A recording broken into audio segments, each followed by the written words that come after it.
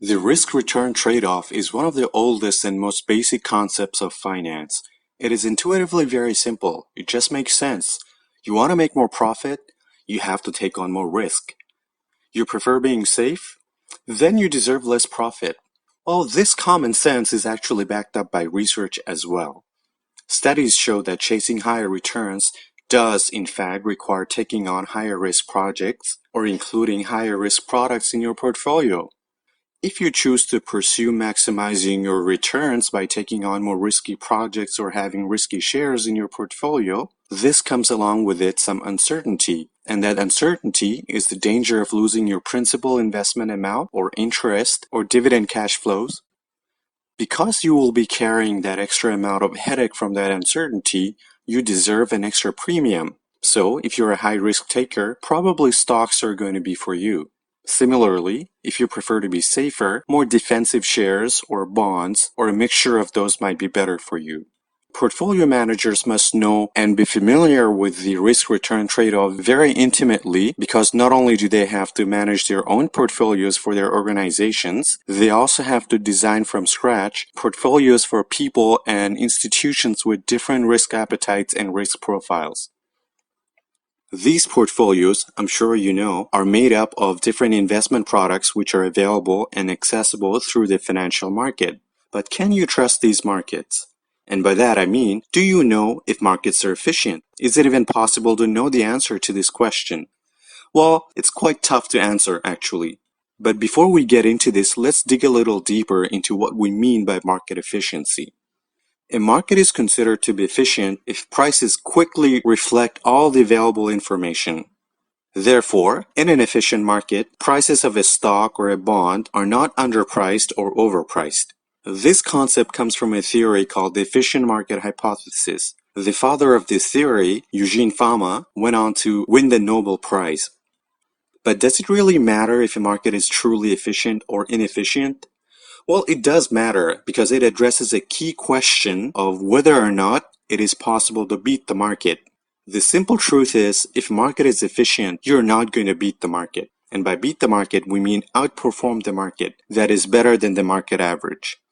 If you can consistently keep doing that, chances are you're getting lucky, and luck is not a strategy. Luck cannot be repeated all the times.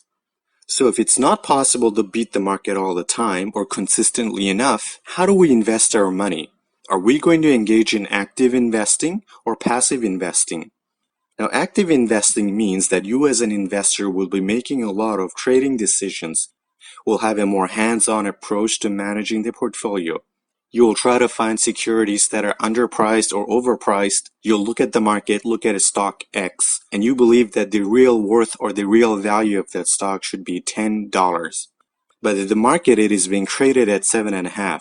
So if you consider your belief to be correct, you can purchase this stock now and hope that market will eventually catch up to this $10 value, at which point you will make $2.5 or 33% of profit.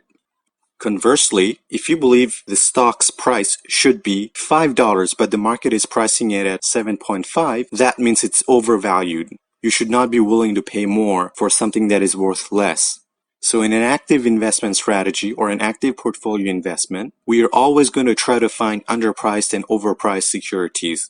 And additionally, these portfolio holders try to time the market. They try to ride the waves. Buy low, sell high, buy low, a combination of those.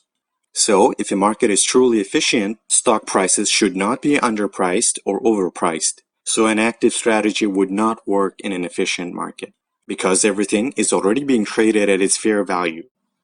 On the other hand, if you believe markets to be efficient at all times, and the prices are already fair prices, you might as well ride with the market. Let the market do its thing, and you generate the same return as the market.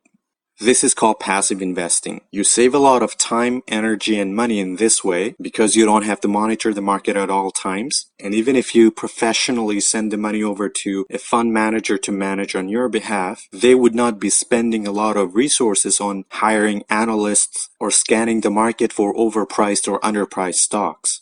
So as you can see, the answer to the question of whether or not the market is efficient has serious implications. If you believe that the market is efficient, you're better off passive investing. If you believe the market to be inefficient, that means there are a lot of potentially profitable trades to be made, which then means that you should spend time and energy to try and find out those overpriced and underpriced stocks and time your trades in such a way that you can generate extra profit. So that's it for this topic. I will see you in the next video. Good luck.